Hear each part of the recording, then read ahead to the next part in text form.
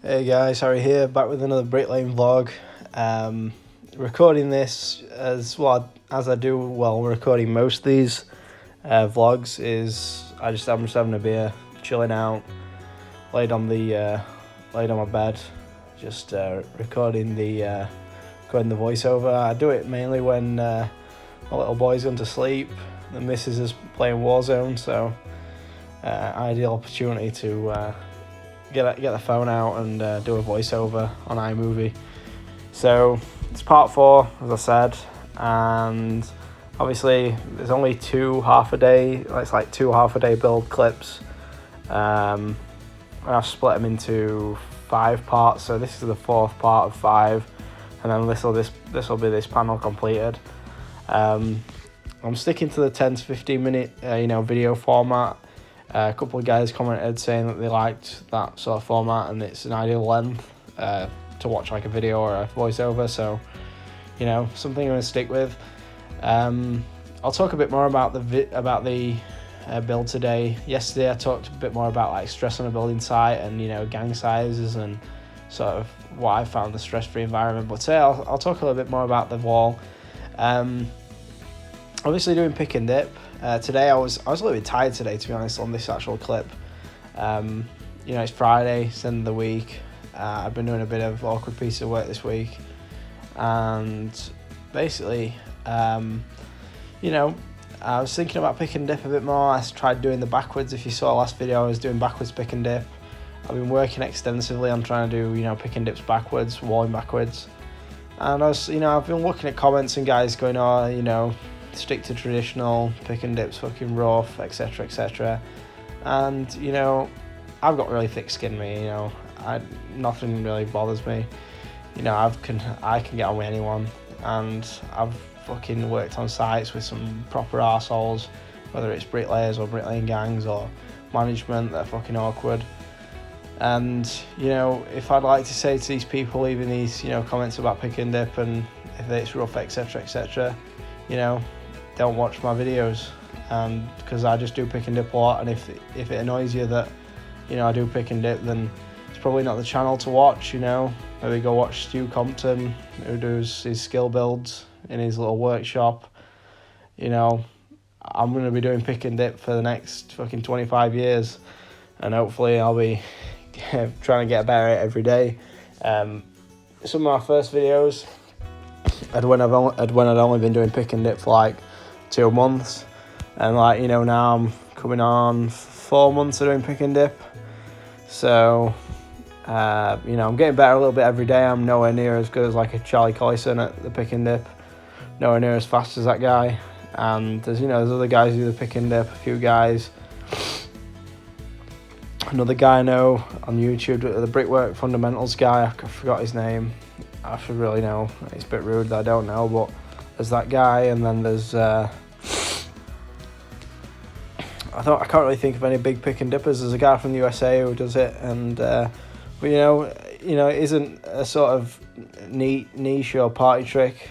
It's just a way of laying bricks with less effort. I know a lot of guys just put videos on blasting bricks in pretty quick, but I know that isn't sort of what it's about. It's about making your life easier, and I don't think that's emphasized enough in even a lot of the Charlie Collison videos.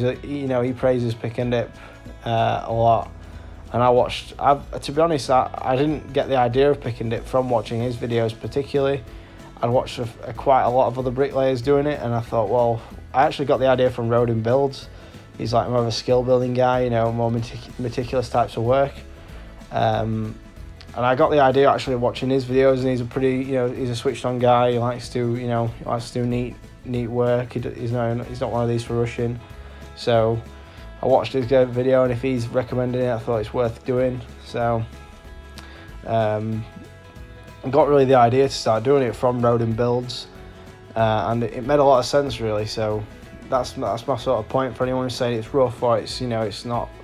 If my gaffer caught me doing this on site, they'd sack me. I'd say, well, your gaffer's daft because you're getting more work done, and a lot of the time I hear it from people who are not confident in their own ability. If they're saying that they get sacked for doing pick and dips, they're not confident for sticking up for explaining the trade. explaining why there's nothing wrong with it. It's just as good as laying a brick traditional. You know, there's a lot of things I hear in the comments. Oh, I'd get the mortars flying everywhere, or I'd get sacked, this and that. I said, and if you know what you're doing, you know, you won't let mortar fly everywhere. Like, you know, you'll see in some clips I drop a few little snots of mortar now and again, but you know, so you do with traditional. You just, there's all sorts of, there's an argument for everything when it comes to this, and I think people, you know, a lot of bricklayers need to have, you know, especially the younger guys, need to have more confidence in their own ability and in themselves. And I know, you know, guys who worked in gangs for years, or worked in a gang, and they don't want to branch, if they're not happy, they don't want to branch out on their own due to confidence. And you know, it really shows when people are saying, "Oh, I'd get sacked, this and that." And you know, we're self-employed, we don't have a boss in a sense, but we are our own boss. And you know, we need to be confident in his own ability, and you know, and we need to, if anyone questions what we're doing, you know, we need to tell them, you know, look, this is the way it's done. You know, people on the continent, in, you know, Europe and you know, Germany and a lot of the European countries, you know, that's how they get taught to lay bricks this way. So this area that, you know, he'd somehow like get sacked, or it's not as good a standard as, you know, laying traditional method, is just complete rubbish. It's just completely, you know, it's not open-minded thinking. I forgot the word for not open-minded, but it's, you know, it's being stubborn. So like a lot of the guys, I've watched a few guys from, you know, in Europe doing the pick and dip, a guy called Jay and someone else. And a lot of the guys in you know, in Germany and stuff like that, they'll use the small trowels doing pick and dip. And if you watch, especially the guy Jay something or other, I forgot his name, I can't pronounce it, but he's German, I think. And if you watch that guy doing pick and dip, I know that they use different size materials that we do, so the bricks are smaller, and you know, the way they do the joints is different. But you watch those guys doing pick and dip who've learned that from college, and it's fucking phenomenal. You know, they're so neat with the work, and the way they lay the bricks is so meticulous. You know, there's no wastage of mortar and stuff, and that's hopefully what you know, I want to achieve in the coming years. It's just, you know, the